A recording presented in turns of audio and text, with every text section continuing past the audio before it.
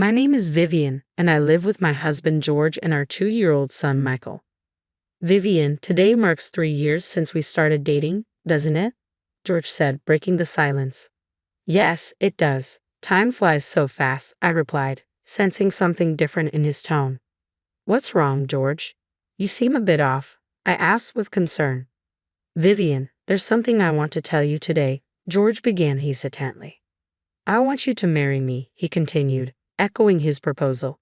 Over the years, we had shared countless moments together. Initially, time with George was bliss for me, wrapped in his kindness and thoughtfulness. I felt genuinely happy. However, as days turned into years, the daily bustle and other factors began to change our relationship. Hey Vivian, didn't I say I wanted roast beef today?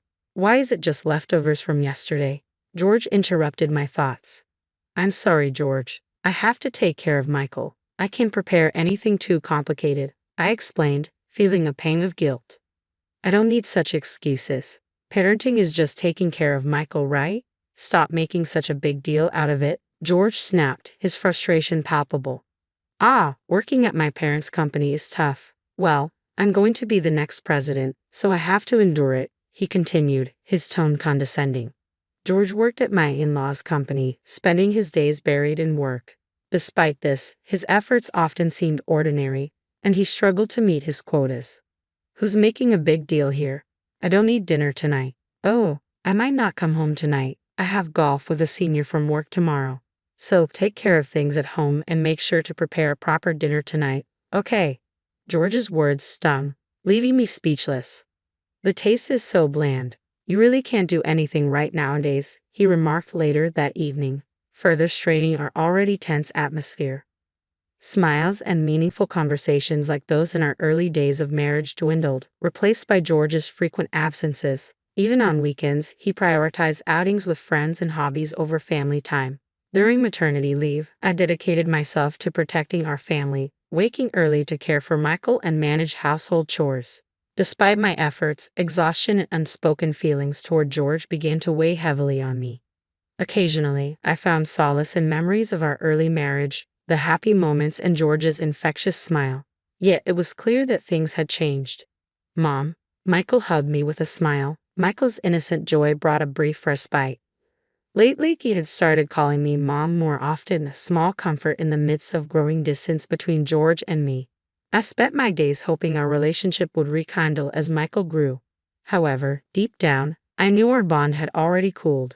One morning, as I tidied the room before George left for work, I noticed him descending from the second floor, not in his usual suit, but in casual clothes I had never seen before.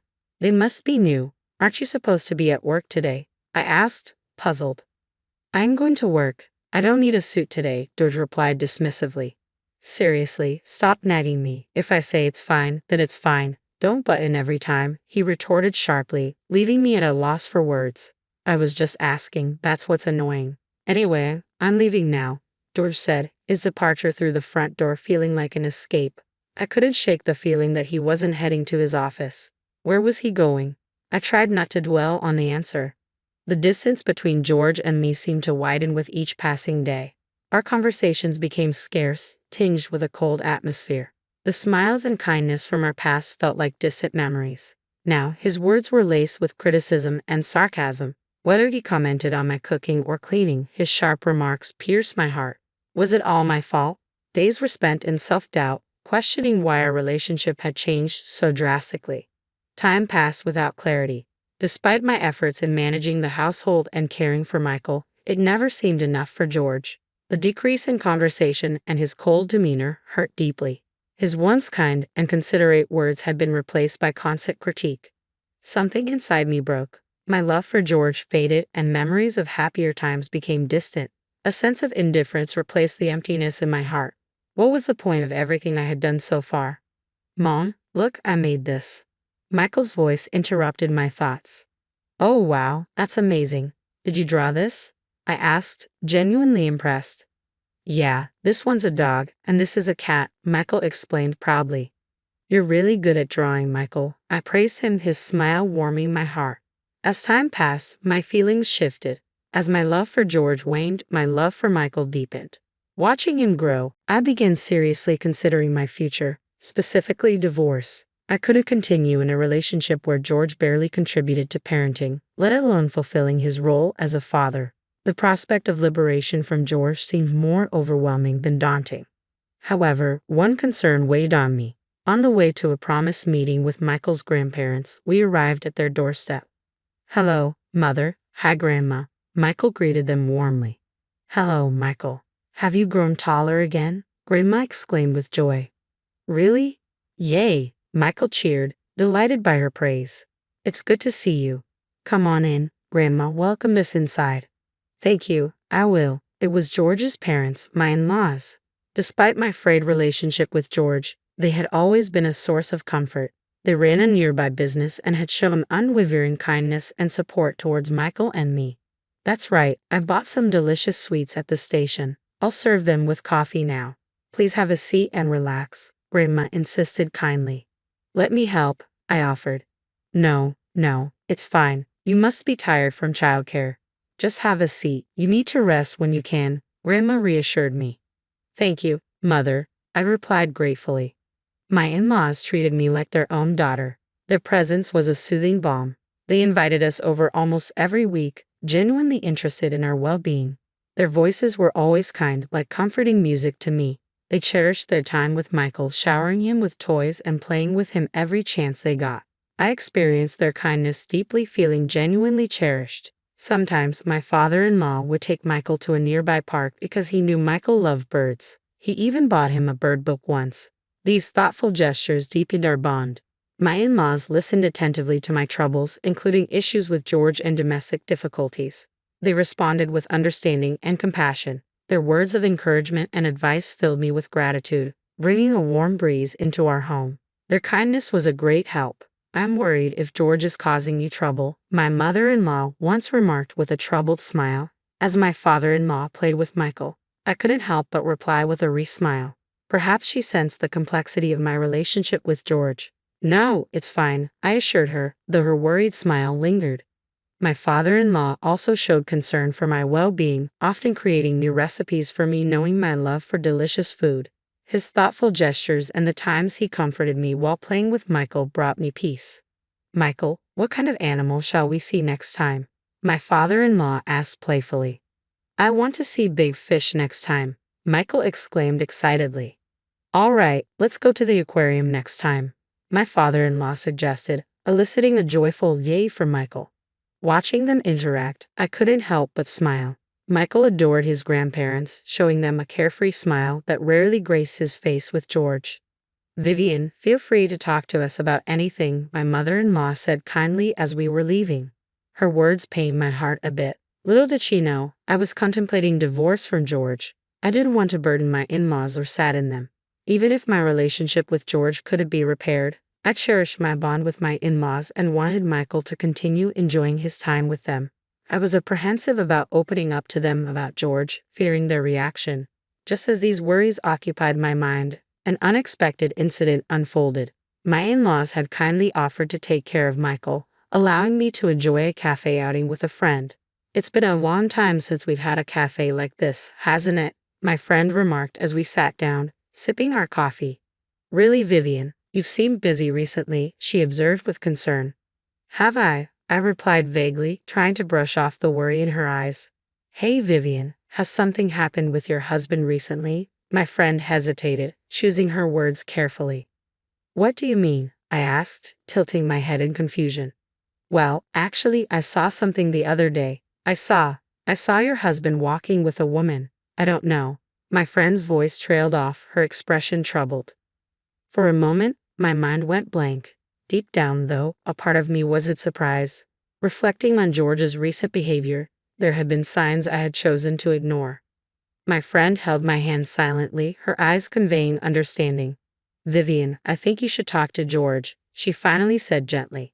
"Yeah, maybe. I haven't been myself lately," I admitted quietly, feeling the weight of her concern. "That's why I invited you to a cafe today," she explained softly. "Is that so? Sorry for worrying you." I apologized. "Don't apologize, Vivian. Whatever decision you make about George, I'm on your side," she assured me warmly. "Thank you," I replied gratefully, parting ways with her and heading home. Although I was initially shocked by the startling truth, strangely, I felt calm now, even a bit relieved. This revelation gave me the clarity to end my relationship with George without hesitation. Imagining a future living just with Michael, despite the uncertainties, strengthened my resolve. I needed to be strong for Michael's sake. "I'm home," I announced as I entered the house. "Ah, today was exhausting." "Welcome back," George greeted me casually, not noticing my subdued demeanor. "Hey," I started, my voice steady but firm, "I've been waiting for your return." As George carelessly threw his bag on the sofa. In a low voice, I told him, "George, we need to talk." "Can it wait until after dinner?" George replied, visibly annoyed. "No, I want to talk about it now," I insisted. "What now?" "Such a hassle," George grumbled, avoiding eye contact. "Well, this situation is your fault, isn't it?" I confronted him. "Huh? What are you talking about?" George looked puzzled, but there was a flicker of unease in his eyes. "I heard from my friend. Is it true that you were walking with another woman?" I pressed, my voice steady. George's reaction was undeniable confirmation. His face changed color instantly, and his eyes darted around, searching for an escape. "That must be a mistake. Your friend saw, right?" George stammered. "She heard your voice and even knows the store you two went into." "Shall I confirm it with the store staff?" I challenged, feeling a surge of boldness. "It's useless to hide it," I continued as George struggled for words. "Damn it," George spat out bitterly, his anger surfacing. "Yeah, that's right. Her name is Zoe. Unlike you, she's perfect at work, in housekeeping, and she's cute. She even said she likes me, even though I'm married." "Yeah, that just shows how attractive I am, right?" George mocked, his tone cutting. "I loved you, George, even though you're married," he mimicked Zoe's words. Would a normal woman approach a married man like that? There must be more to it, I reasoned, but George's dismissive attitude was clear. "Why should I feel bad for you and Michael? You should be ashamed for not supporting me more in my hard work," George retorted defensively. "I heard from your father and mother that you hadn't even met your work quotas. Can you still say you're working hard?" I shot back, feeling the weight of disappointment. "I'm doing things my way. I'm going to be the next president, so don't interfere," George asserted arrogantly. "I doubt you'll ever become president," I stated quietly, my resolve hardening. "What did you say?" George's voice rose. "Fine, I'm done with you. Let's divorce," I declared firmly, unable to bear his excuses any longer. "I'll divorce you and marry Zoe. Do whatever you want," George pointed at me, his words sharp and hurtful. "Don't talk bad about Zoe. You're just jealous of her, aren't you?" George accused, misinterpreting my stunned silence for shock. "That's not the case," I replied quietly. "I'll show you. You'll regret this when you come begging to me later," George shouted angrily, storming out of the house, likely heading to Zoe's place. Impulsively, I tried to follow him but tripped over a slightly lifted carpet edge. I fell hard, hitting my back against the table with a sharp pain I had never felt before. Overwhelmed by the intense agony, I groaned, unable to move. Crawling towards my smartphone nearby, I dialed for an ambulance as darkness threatened to engulf me. "Mom, where am I?" Michael's voice brought me back when I woke up. I lay in the hospital bed, my head spinning and my body itching all over. A nurse quickly came to my aid and called a doctor. Seeing my anxious state, they explained what had happened and tried to calm my nerves. "It's okay, you'll gradually recover," the nurse assured me. "Yes, thank you," I managed, trying to absorb the news. "Anyway, it's good that your life isn't in danger," the doctor added. However, the results of the subsequent examination shocked me deeply. The fall had caused spinal cord damage, making it difficult for me to walk.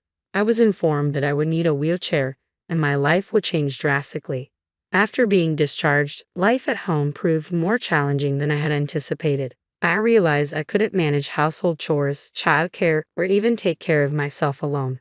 At the suggestion of my in-laws, I decided to live with them for a while. Since I couldn't rely on George for help and with Michael there too, I had no choice but to lean on their kindness. They must have been suspicious of George's absence despite my condition. I knew I had to tell them the truth soon. Just as I contemplated this, the front door of my in-laws' house swung open with a loud noise. "George, where have you been?" Ignoring calls when Vivian is in such a condition, my mother-in-law scolded as George entered. So, she's really in a wheelchair, huh? George scoffed, looking at my condition. A useless woman who can't do household chores or childcare is of no use to me. Hurry up and divorce me and pay me compensation for all the trouble. How can you say such a thing to Vivian? My father-in-law interjected, shocked. It's okay, Mom, Dad, I murmured weakly, feeling the weight of George's callous words. Vivian, let's get a divorce, George declared coldly. I'm sorry, Father, Mother, I whispered, tears welling up in my eyes. I couldn't stay with George anymore. Surprisingly, his cruel words didn't sting. They simply confirmed that my love for him had completely faded.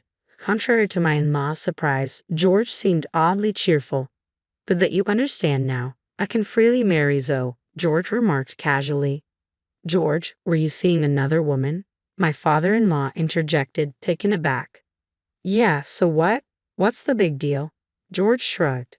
Despite having Vivian, she's boring, not particularly cute, and can't handle housework or childcare properly. How can you say that? My mother-in-law exclaimed, shocked. Vivian has been trying so hard with housework and raising Michael. Yeah, whatever, George dismissed, his tone callous. Anyway, I've decided to be with Zoe. Dad, it's time to hand over the company to me. You're getting old. Nonsense. I won't let someone like you take over the company, my father-in-law retorted firmly. Come on, who else is there but me? Anyway, I'm busy, so send me the divorce papers by mail, okay? George concluded, nonchalant. After separating from George, I started a new life. Currently, I live comfortably in a house recommended by my in-laws. With the help of a caretaker, they suggested my daily life feels easier than before. However, amidst this calm, an unexpected development awaited. One day, while peacefully passing time, the doorbell rang. Glancing at the monitor, I saw George standing outside, his face a mix of confusion and desperation. Hey, Vivian, what the hell is going on? George blurted out. George, what's up? I replied calmly, masking my surprise. I got fired from the company. I suppose Dad just keeps saying it can't be helped, George confessed, his desperation evident. Oh dear, I murmured sympathetically. Mom and Dad are saying you're no longer our son. We're cutting ties with you, George continued, his voice tinged with disbelief. That's tough, I responded quietly, trying to process his sudden vulnerability. I didn't know about the stocks. I had no idea you owned 90% of my parents' company's stocks. Why didn't you tell me? George pleaded. Because you never asked, I replied evenly. You're supposed to disclose that kind of thing, even if I don't ask. So, what do you want to say in the end? I asked, trying to gauge his intentions. You know what I want. I want you to cancel my dismissal. You're the one who fired me, right? If you own that much of the company, you can undo my firing, George implored desperately. That's right. Please, Vivian. I've been rejected from all other company interviews. No other company will hire me except the current one, George pleaded, his desperation palpable. If you thought that, you should have worked more seriously. I'll work seriously from now on, so please cancel my firing. You don't have to worry about being fired. Zoe can support you, can't she? Zoe dumped me the moment she realized I couldn't become president. She was only interested in my position, George admitted bitterly. I thought as much, I replied calmly, my heart unmoved. Please, Vivian, you're all I have left. Let's get married again. It would be better for you too, right? George proposed, his voice tinged with hope. I was stunned by his words. What are you even saying? You're in a wheelchair, right? You need my help, and Michael needs his father, George pressed, trying to sway me. My anger surged at his audacity. How dare you say such things? I'm sorry, but the lady does not wish to speak with you anymore, Jack, the helper, interjected firmly before I could respond. Huh, who are you? George demanded, taken aback. I'm talking to Vivian, Jack replied sternly. As I said, the lady does not wish to converse with you. That can't be. Vivian needs me, George protested desperately. That's right, I'll say it again. I have nothing to say to you, and I don't want to see you ever again, I affirmed firmly through Jack. Why, Vivian? If you leave me too, then. George began, but Jack forcefully turned off the monitor. I found myself oddly captivated by Jack's rare display of anger. He was slightly older than me, introduced as a helper by my in-laws. Stern yet kind, Jack had grown close to Michael and become an indispensable part of our lives. Now, what? I mused aloud, watching Jack with newfound respect. Eventually, I heard that George, abandoned by Zoe and his parents, was walking a lonely path. However, his fate no longer concerned me. Whatever his situation, he had no part in my life anymore. Supported by my in-laws and Jack, I found peace in my new home. With Jack's assistance, I managed household chores and childcare better, slowly regaining confidence in my abilities. Meeting new people and sharing smiles in my daily life, I felt my heart gradually moving in a more positive direction. Though my past with George was challenging, I had overcome it and discovered a new me. Our paths had diverged.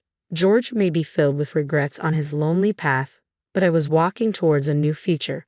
This future was filled with peaceful days and happiness, surrounded by beloved people.